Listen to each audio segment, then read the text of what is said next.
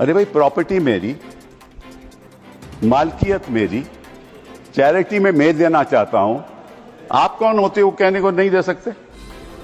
ये कौन सा कानून है? ये छोटी सी बात है, ये कौन सा कानून है? मैं हिंदू हूं, हिंदू होकर भी मैं दे सकता हूं।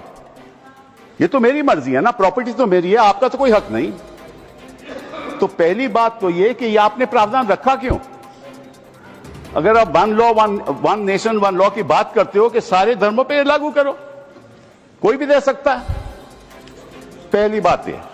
दूसरी बात, एक नड्डा साहब ने बड़ी अच्छी कही कि देखिए ये कितनी एकर्स प्रॉपर्टी औकाफ की है, वक्फ की है। मैं उनको बताना चाहता हूं कि there are 32 Waqf boards in this country in different states merely supervise administration of waqf properties in their respective states. But please note kar lijiye Nada ji, total area of Hindu religious institutions in Tamil Nadu, Andhra Pradesh and Telangana respectively is 4,47,000 in Tamil Nadu, 4,65,000 in Andhra, 87,000 in Telangana, 723 acres with Tirumala Tirupati Devasthanam, and thus it comes to 10 lakh acres only in 4 states. And आप कहते हैं कि देखिए औकाफ में 8 लाख एकड़ है। अरे भैया, आपके हिंदू टेम्पल्स में भी इतनी संपत्ति है, वहां आप क्या कर रहे हो? वहां आप क्या कर रहे हो? बाकी स्टेट्स में देखो ना। अच्छा, और ये नहीं कि हर धर्म में सुधार नहीं होना चाहिए, सुधार होना चाहिए, मैं आपके साथ सहमत हूं। हिंदू धर्म में भी सुधार लाना चाहिए, लाना चाहिए ना, हिंदू धर्म भी सुधार लाना चाहिए। अंडर हिंदू धर्म, एक मिनट, हिंदू धर्म, मैंने आज तक किसी को टोका नहीं, मैं केवल छोटी सी बात रख रहा हूं आपके सामने। हिंदू धर्म में भी सुधार होना चाहिए। अब हिंदू धर्म के अंतर्गत अगर कोई सेल्फ एक्वायर्ड प्रॉपर्टी हो तो वह अपने बेटों को दे सकता है, बेटी को नहीं दे सकता। कहता है मैं नहीं दूंगा अपनी बेटी को। इस्लाम में भी है कि भाई को ज्यादा मिलेगा और बेटी को कम मिलेगा, इस्लाम में भी यह है। वहां वक्त से द्वारा सुधार हो सकता है, यहां कोई सुधार नहीं हो सकता। तो आप अगर महिलाओं की बात करते हो तो एक कानून लाओ कि हिंदू लॉ में कोई अपनी सेल्फ एक्वायर्ड प्रॉपर्टी केवल बेटों को नहीं दे सकता, वहां महिलाओं का हक होना चाहिए।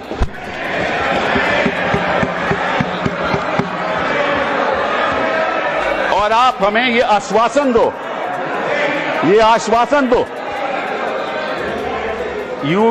you make a commitment in this house that you will bring a law which will protect the right of daughters when they want to give away their self-acquired property. दूसरी बात ये मैं आपके सामने रखना चाहता था। तीसरी बात मैं आपने सामने रखना चाहता हूं। आपने कहा, और ये बात आपको वैसे जाननी चाहिए, शायद मालूम नहीं आपको बताया या नहीं, लेकिन ये जो बोर्ड है ये स्टैट्यूटरी बोर्ड है, पहले भी था। इसमें कोई नॉमिनेट नहीं होता था। मैं आपको बताता हूं क्या वो स्टैट्यूटरी बोर्ड था। Most nominees were of the government, पहले भी। MPs are there, judges of Supreme Court, High Court, civil servants were there. And the chief executive officer of the board is a civil servant. Government can give directives to the board and even supersede it. Tribunal members are nominated by the government. ये तो पहली स्थिति थी। तो अगर सरकारी यहां नियुक्ति थी तो गलत कौन काम कर रहा था? आपने उसको क्यों सुपरसीड किया? सब नॉमिनी क्यों आपने रखवा लिए? अरे भैया, पहले भी तो स्टैट्यूटरी बोर्ड था, तो आपने प्रावधान क्यों लाया? ये अगर कोई गलती हो रही थी तो मुतवल्ली से हो रही थी। होता क्या था कि मुतवल्ली इसी वक्फ में अब डील कर लेता था और उसकी वजह से ये मिसमैनेजमेंट होती थी। आपको उसको ठीक करना चाहिए था। हम भी आपके साथ हैं। पहली बार मुझे याद है, आई थिंक इट वाज 1954, कि तमिलनाडु के ब्राह्मण ने एक कहा कि हमारे यहां मंदिरों में बड़ी गड़बड़ हो रही है, और उसकी वजह से 1954 एक्ट बना। तो गड़बड़ तो सब जगह होगी, आपकी सरकार में भी बड़ी गड़बड़ हो रही है।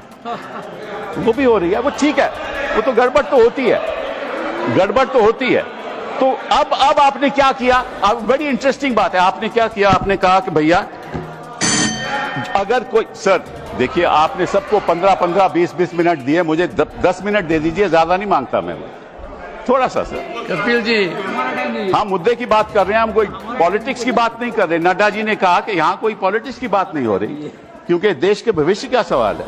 Sir therefore the other thing I want to say कि पहले क्या होता था कि ये जो वक्फ प्रॉपर्टी पे इंक्रोचमेंट होती थी, अनऑथराइज्ड इंक्रोचमेंट होती थी, लोगों की अनऑथराइज्ड इंक्रोचमेंट, और सरकार भी इस पे कब्जा कर लेती थी। इसलिए जो लिमिटेशन प्रोविजन लाया गया उसमें यह रखा गया कि जो 12 साल का लिमिटेशन ऑर्डिनरी लॉ में है वो नहीं है। किसी ने गलत तरीके से वक्फ प्रॉपर्टी का कब्जा कर लिया तो अगर लिमिटेशन की बात आएगी तो 12 साल के बाद वो उसको चैलेंज नहीं कर सकता। आपने वो वापस लिमिटेशन ले आए, मतलब कि उनका अनऑथराइज्ड कब्जा कायम रहेगा। तो ये तो आप इंक्रोचमेंट्स का साथ दे रहे हो, इंक्रोचर्स का साथ दे रहे हो। मतलब कि जो वक्फ प्रॉपर्टी में गलत कब्जा हुआ है वो कब्जा वैसे ही रहेगा क्योंकि 12 साल बीत जाएंगे। ये किस किस्म का प्रावधान आप लाए हो? आप प्रोटेक्ट कर रहे हो वक्फ प्रॉपर्टी को कि इंक्रोचमेंट्स को प्रोटेक्ट कर रहे हो? फिर साथ साथ में आपने ये कह दिया कि district magistrate has the full power to decide as to whether it is work property or not. This is what you have said. Now, what inquiry will the district magistrate have in that case? He will decide on his own, and his decision is final. You were talking about Article 21 of the Constitution and said कि ये जो वक्फ जो council है इनका decision कैसे final हो सकता है, वक्फ बोर्ड का डिसीजन कैसे फाइनल हो सकता है, ये तो चैलेंज ही नहीं हो सकता in a civil court. Which decision of the district magistrate will you challenge in a civil court? You have said in this law that the decision of the district magistrate is final. And when he decides that this property is not waqf property, that cannot be challenged till he gives a final decision. So you can't deal with that property. You give finality to it. और वो जो आपने रखी है बात कि ये जो इंडाउमेंट्स हैं, ये जो वक्फ है, इसकी जो ट्राइब्यूनल की डिसीजन है ये फाइनल रहता है, ये आपने कहा ना। नो, अगर वो ट्राइब्यूनल का डिसीजन फाइनल रहता है तो सिविल कोर्ट को तो कोई हक नहीं उसको चैलेंज करने के लिए। यही बात हिंदू एंडाउमेंट्स एक्ट में है। हिंदू एंडाउमेंट्स एक्ट में जो उनका मैनेजमेंट है उसका डिसीजन फाइनल है। Thank you Kapil. तो अगर हिंदू एंडाउमेंट्स का डिसीजन फाइनल है वो तो आपको कोई आपत्ति नहीं, यहां ट्राइब्यूनल का डिसीजन फाइनल है तो आपको आपत्ति है।